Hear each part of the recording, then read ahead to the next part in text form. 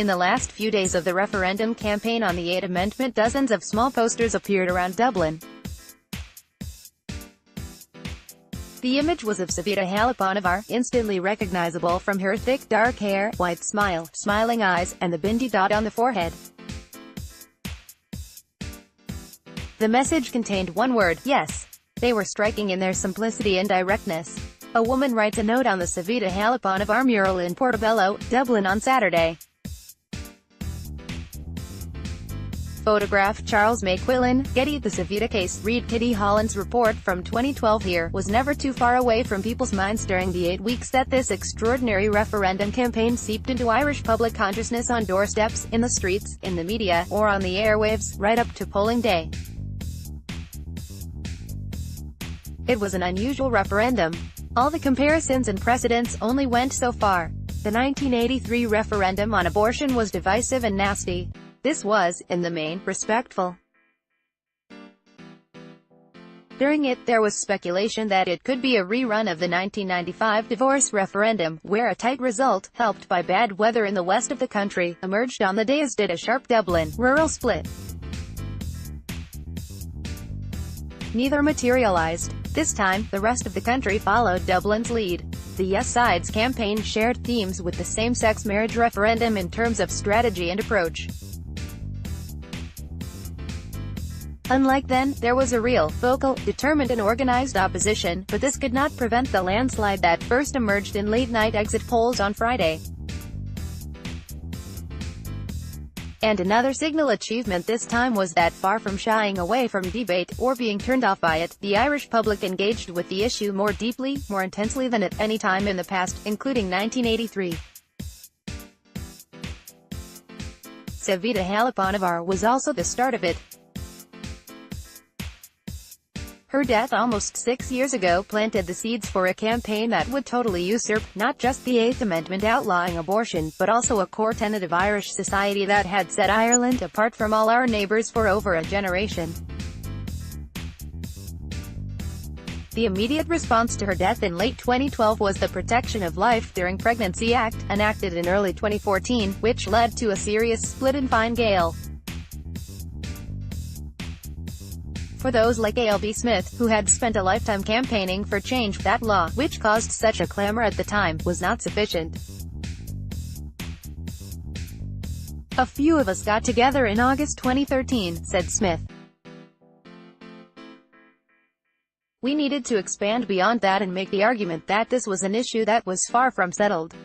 In September 2013, 12 organizations came together to form the Coalition to Repeal the 8th Amendment.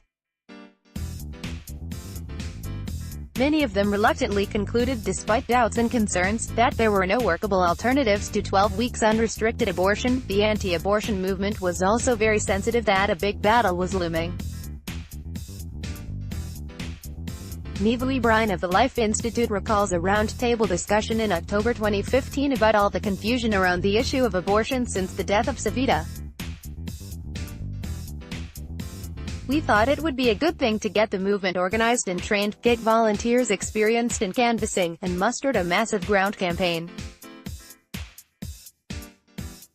Our key strengths, unmatched by the Yes campaign, is that we had thousands around the country, up to 100 in each constituency. And so both sides had already started a proxy war. The evolving politics on the issue was also not lost on the anti-abortion campaigners. In the last day, there had been a series of bills from left-wing TDs. However, after 2016, pro-choice TDs such as Kate O'Connell began emerging from the larger parties, also pushing for a referendum. The Coalition to Repeal encouraged its supporters to make submissions, and contribute to the Citizens' Assembly and also, later, to the Oireachtas Committee. For the other side, the view was very different. When the Citizens' Assembly was put in place, it was a pretend process with a pre-arranged outcome, said Cora Sherlock of Love Both. It was very clear it was intended to result in a referendum. As for the Oireachtas committee, it quickly led to polarized responses and accusations of bias, especially on the basis that so few of the witnesses approached the issue arguing for the retention of the eighth. But that said, a number of TDs who went in with an avowedly anti-abortion stance changed their minds completely. Not least was Hildegard Naughton, a Fine Gael TD from Galway who said the availability of unsupervised online abortion pills posed health risks that she could not stand over without being a hypocrite. Fine Gael's Hildegard Naughton. File photograph. Alan Betts and polls had consistently shown there was majority support for repeal. But what form of repeal? Knowledge about the usage of abortion pills were a game-changer for more than just Naughton. Many of them reluctantly concluded, despite doubts and concerns, that there were no workable alternatives to 12 weeks unrestricted abortion if the hard cases, such as rape, incest and fatal fetal abnormalities, were to be covered. However, it was a big ask, and they knew it, to get voters to move from a restrictive abortion regime to one where a woman could get a termination up to 12 weeks, effectively, on request or on demand. The anti-abortion camp thought the same. As a leading Save the Eighth figure in Cork, Becky Keeley put it early on, "I think the whole 12 weeks thing, they shot themselves in the foot with that. It's too extreme for the normal Irish person. I fully believe we are going to win. I did not believe it last summer, but I am totally the opposite now," she declared. The repeal campaign got a huge shot in the arm last January when, during the debate on the committee's report, Fianna Fáil leader Michael Martin astonished everyone by moving to a position where he supported the proposal. With a clear majority of his parliamentary party being socially conservative, Martin's volte-face caused consternation and the nearest thing to a split during his 7 years as leader. During February and March, Minister for Health Simon Harris and his officials worked on the policy paper, the precursor to the draft legislation that would give effect to the committee's recommendations: 12 weeks unrestricted, a much more restricted abortion regime between 12 and 24 weeks. The government was working towards a polling day of May 25. There was one hurdle, and that was a Supreme Court decision on the rights of the unborn. Court had been examining if the unborn child had rights other than the right to life, as set out in Article 40.3.3 of the Constitution. On March 7 the court held the unborn had a right only to life. Things moved quickly then. The following day, the Cabinet agreed the wording for the referendum. On the advice of Attorney General Seamus Wolfe, it proposed the deletion of Article 40.3.3 and the insertion of a new clause stating that provisions may be made in law for the regulation of termination of pregnancy. The following weekend, tens of thousands of people took part in competing yes and no rallies and marches in Dublin over consecutive days. They have roused a sleeping giant, one speaker at the Retain rally had warned. By this stage, both sides had been roused. Three organizations, the Coalition to Repeal the Eighth Amendment, the National Women's Council, and the Abortion Rights Campaign, had amalgamated by January, with three co-directors, to become Together for Yes. In early March, barrister Deirdre Duffy was drafted in as campaign manager with a former Labour Party official, Amy Rose Hart, as communications manager. "I was the manager of a campaign with three organizations with four cultures, theirs and my own," says Duffy. From the start, there was pressure politically and from within the movement. Why the silence? Why is the No campaign gaining points? The media was putting a lot of pressure on us. We had no money and we needed to launch sooner than we would have liked. By contrast, their opponents seemed to have hit the ground running. Two separate groups were involved, Love Both, which derived from the pro-life campaign, and Save the Eight, comprised of the Life Institute, Youth Defence and 140 local groups. The former was a little more establishment, more closely aligned to the hierarchy, the latter more a grassroots campaign, with more direct messages. John McGurk, a communications specialist working for businessmen and the founder of Libertas, Declan Ganley, came in. He immediately noticed it was not a media-friendly operation. Abigail Maloney left John McGurk and Niamh Bryan at the final Save the Eighth press conference in Dublin. Photograph, Niall Carson, PA, there was a lot of talent but an alienation from the media. It was many years since a journalist had sat in this building, its HQ on Gardiner Place, or talked to people here. My two primary functions were to sharpen the message and build up media relations, he told the Irish Times. Meanwhile, in Leinster House, after a week's debate, the Dáil voted for a referendum. Some 32 TDs opposed the proposal, 21 from Fianna Fáil. Their votes were besmirched as anti-democratic. Among those who opposed the referendum was Sinn Féin's TD for Offaly, Carol Nolan, who was immediately suspended from the party. Sinn Féin does not allow votes of conscience. But at the other side of the equation, the party's leadership, particularly Mary Lou McDonald, openly campaigned for 12 weeks, even though its official policy was to allow abortion only for the hard cases of rape and fatal fetal abnormalities, FFA. Both and Save the Eighth faced some criticism for not pooling their resources. Sherlock from Love both saw no difficulty with both maintaining their independence. The way we operate was we came together for rallies and big things like that. And then we do our own thing. That's just the way we have worked and it has worked so well in the past. Why try to shoehorn everybody into the one brand, she said. They communicated daily and made sure there was synchronicity. David Wynne, who belonged to a third body, the Iona Institute, found himself taking on the role of conduit for both. Together for Yes, there was a lot of emphasis on focus group research. We were very clear that we would build our messaging on the basis of the research, said L.B. Smith. At the launch, the three key messages were care and compassion and change, the three C's. Around each one of those narratives have been developed and built. From the get-go we were very clear that what would help people was hearing the reality of couples and women who went through very distressing experiences. We knew how important those stories were from the marriage equality referendum and also from polling of social sexual issues elsewhere, Smith told the Irish Times. But the no side was quicker out of the traps. By early March they had posters and billboards up with the 1 in 5 claim about UK abortions, and the claim that 90% of pregnant women in the UK who get a Down syndrome diagnosis will have an abortion.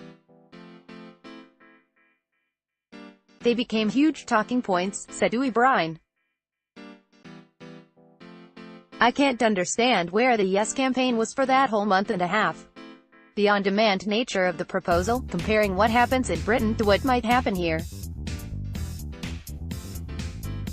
It was a message that alarmed people in the right way, she said.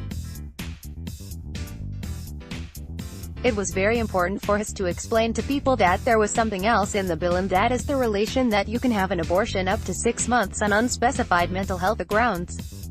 Sherlock said that was certainly one of the highs of the campaign. Pro-life posters got up earlier than the Yes side.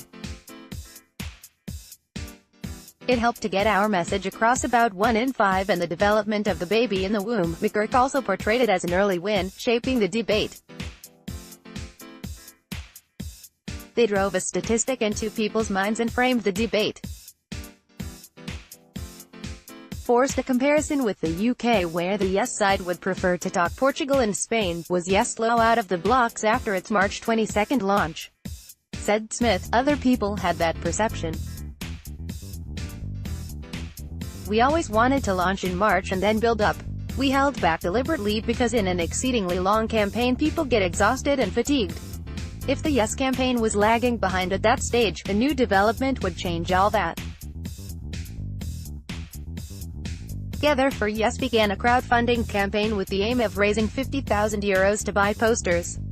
The response was overwhelming, with 10 times that being raised in a week. That was astounding, said co-director Orla O'Connor. We did not expect the volume of donations. The average donation was €30. It became much more than fundraising. It was an outpouring of women's feelings on abortion, those who did not want to go public. It allowed us to put the best possible campaign to the public. McQuillan also fully realized its significance. It was very clear in the campaign that was the "oh, fake" moment for us, he said. Up until then, we could see no evidence of any enthusiasm on their part. That woke them up. Their campaign had not fired up their base at all. Our campaign fired their base up. I think their posters were anodyne and poor, all about care and compassion.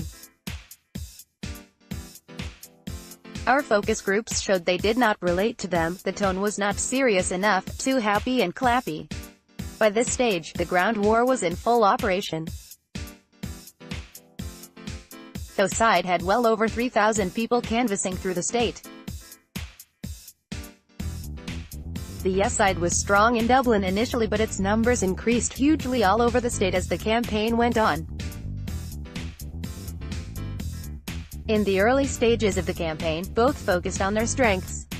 The No side emphasized the extreme nature of the proposal.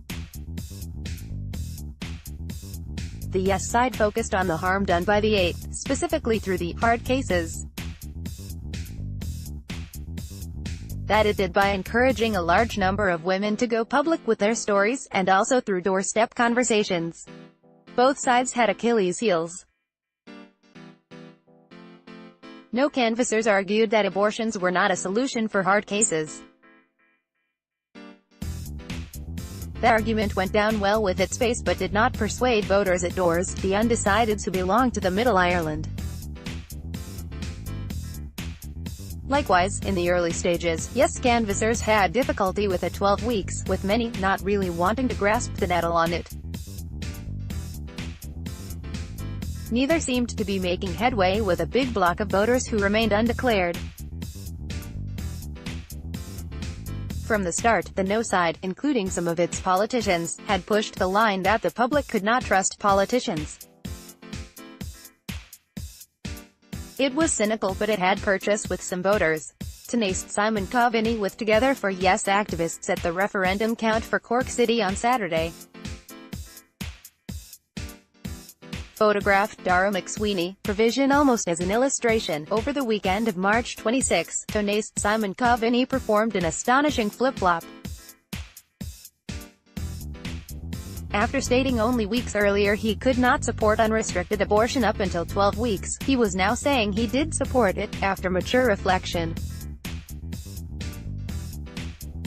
It proved to be an uncomfortable few days for him. First of all, he argued for a two-thirds majority of the Dáil to prevent any future change to abortion legislation. As a long-standing TD, he should have known that was not possible under the Constitution. He then started talking about an obligatory 9-week scan to ensure the pregnancy was within 12 weeks. Simon Harris was forced to come out and explain what Coveney had really meant to say, that the scan was at the discretion of the doctor and not obligatory. Immediately, it looked bad. Here was the living proof of a malleable politician. For example, Uwe Bryan commented, Simon Coveney has 4 distinct positions on abortion. But, in the longer term it was not altogether as damaging for the Yes side. For one, it smoothed any potential damaging split between Tasha Varadkar and Tanast. Indeed, later in the campaign Vinny would become one of the leading proponents of a yes vote, along with the indefatigable Harris, Michael Martin, Varadkar, Regina Doherty, Josepha Madigan and Mary Lou MacDonald. In referendums in the past, politicians were seen as a liability. Not here. All could say they represented middle ground positions, accepting the 12 weeks not readily, but with reluctance. They had no equivalents on the other side. The image of the no side for most of the campaign was one which wanted retention of the eighth at all costs, with no concessions. And that included, for the most part, its politicians. David Quinn gave an unvarnished description: Middle Ireland were homeless. One side wanted total repeal. The other side want total rejection. Campaign groups do not attract middle-of-the-road people, they attract people who are totally pro-choice or totally pro-life. Middle-of-the-road people do not get involved as they do not feel strongly enough about it. Another advantage the yes side had was a bigger public buy-in from medical professionals. Communications manager Hart put huge emphasis on this. Its star performers were obstetricians and masters of maternity hospitals such as Peter Boylan, Rona O'Mahony, Cleona Murphy, Mary Higgins and Fergus Malone. Said McGurk, they fought a clever campaign in the way they focused the issue on medical cases with doctors and obstetricians. Making it about the health of women was very smart and very effective. We spent half the campaign firefighting those battles. Boylan was everywhere early in the campaign and did well on the Late Late Show. He was effective in rebutting arguments about disability being a ground for abortion. It did come to light that screening for genetic conditions such as Down syndrome could be done by week 10 with 99% accuracy.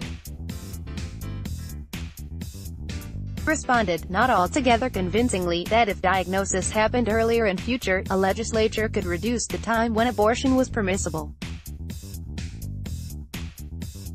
Another undeniable reality was the Yes campaign had much more people, if not resources. There were 20 people in communications, 4 in social media, and another 25 scattered around the HQ. And the operation was elaborate. Fine Gael and the other political parties were the gatekeepers for rebuttals because no one can rebut like a politician, said Duffy. We wanted them to have that as part of their objective. It's not that they were seeking us to direct them, but they were very mindful that we needed us all to be on the same page. There were 2 webinars, with volunteers each week, one on messaging and one on general information. There were multiple groups on the WhatsApp and Slack applications. And all the time, campaign manager, Duffy, and her team were getting analytics and feedback of digital reach, Canvas returns with their intel on what was working, what was not working, and what people were saying on doorsteps. By mid-April, a few trends were becoming apparent. There was still a lot of uncommitted people on the doorsteps. There was talk of shy no's in Dublin and shy yeses down the country. And the shape of the vote in rural Ireland was not strictly going to type. There were straws in the winds. Roscommon had been the only place in Ireland to vote no in the 2015 same-sex marriage referendum. Together for Yes, however, had launched a local branch with a healthy 70 people there. An anti-abortion rally in traditionally anti-abortion Mayo attracted only 300 people.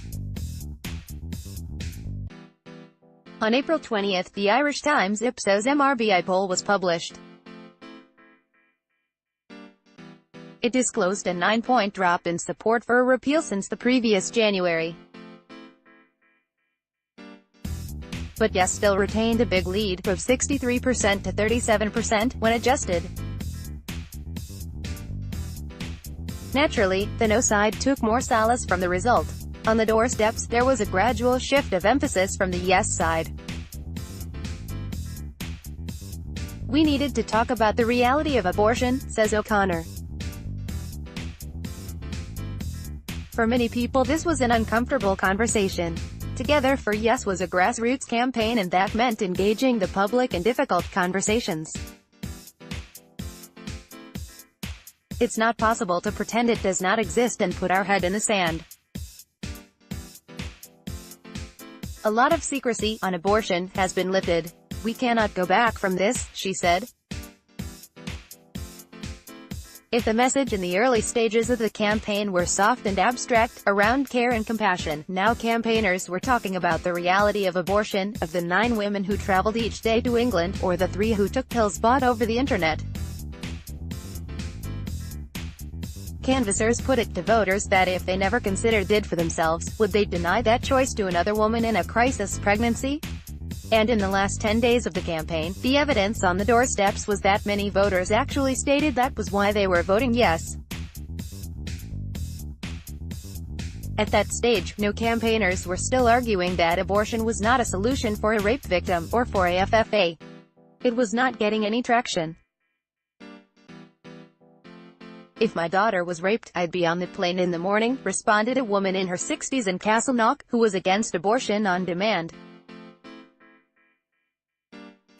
"It is fair criticism," said McGurk, making the same kind of point that Quinn had made.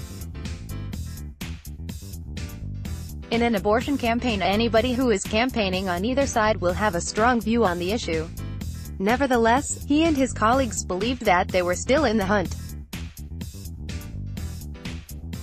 "For us, because the polls were putting us so far behind, we have seen an advancement all of the time," said Dewey Brine. "There has not been a point as of this moment in time that we felt we were sliding backwards."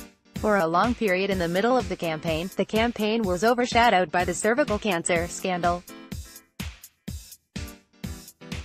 It was very hard to assess how it played out. By now, both yes and no campaigns had nationwide roadshows of regional cities and towns in an effort to persuade undecided voters. Katie Yasko of Love Both reckoned she had visited each county 3 times during the course of the campaign. Perhaps the campaign had been going too long, but there seemed to be an inertia developing. People generally were not engaged and were not making their minds up. Deirdre Duffy admits there were some worries within the yes camp. At stage 3 weeks ago, the pressure was intense because the yes momentum was not there. It was still latent. It was not as visible as it should be. That was a moment of intense pressure. "We knew people could be spooked very easily," she said, adding the cervical cancer scandal did not help. However, there were signals elsewhere. An astonishing 118,000 people registered on the supplementary register by the deadline of May 8, with huge queues in places like Galway. Then emerged a bad moment for the No campaign. It had, with some justification, argued that the media were more prone to the charms of the other side. The Daily No